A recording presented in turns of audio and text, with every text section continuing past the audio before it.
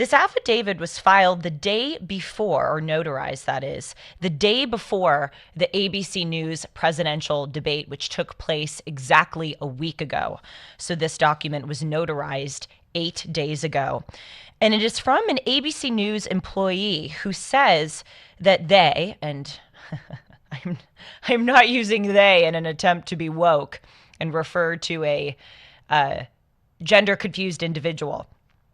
We do not know the gender of the person who filed this, so I will be referring to them as they. This person has worked for ABC News, reading here from the affidavit, for over 10 years in various technical and administrative positions. And this individual writes, since the acquisition of ABC News in 1996, I've observed significant transformations in the nature of news reporting at the organization. These changes suggest a shift from unbiased reporting to a model influenced by external factors.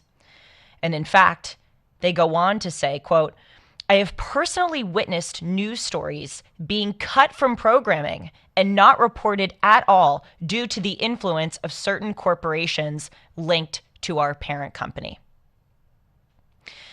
Now, this individual also makes it clear, to their credit, that they, quote, do not endorse Donald Trump in his capacity as candidate for president of the United States, but nevertheless goes on to say that they want to expose the bias of a news organization which claims to be objective and serving the interests of the American people.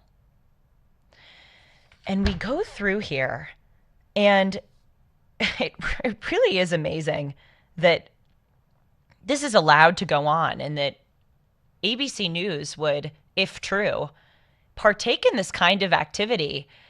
And it raises the question if they worried that anybody on the inside would expose this. This seems so much like hubristic behavior. And either they didn't think that anyone in their company would rat them out, which is a problem unto itself because it indicates that they think that the people who work at the company are partisan enough that they would not expose the alleged bias permeating this company, which claims to be objective. That's a problem unto itself. Or it appears that ABC News thought that if someone inside the company would expose this, that the American people generally wouldn't care. And I hate to say it, but ABC News might be right. I think people care for a small amount of time, but then it does appear that we just move on and go, oh, well, that was, a quintessential example of the mainstream media not being on the side of the people. And at a certain point, I think that we have to consider what actually we should do about this. Should we boycott ABC News? I mean, I boycott the mainstream media all the time. I never watch them, only to really expose what they do here in my capacity as a talk show host.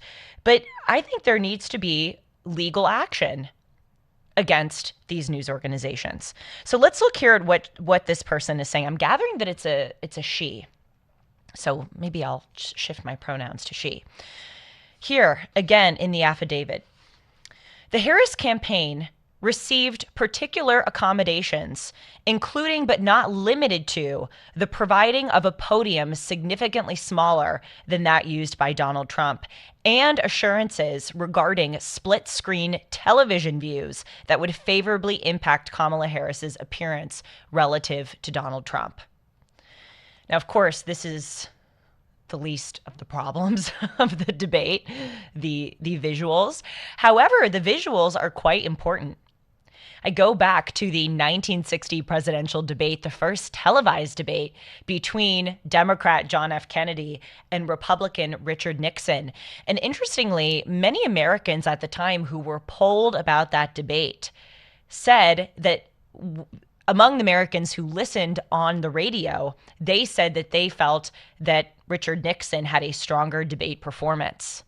But among those who watched on the television, they thought that John F. Kennedy had a better performance. Now, of course, my subjective opinion, JFK is easier on the eyes than his Republican counterpart, but it appeared that he had more of a stage presence. So, of course, these visuals matter.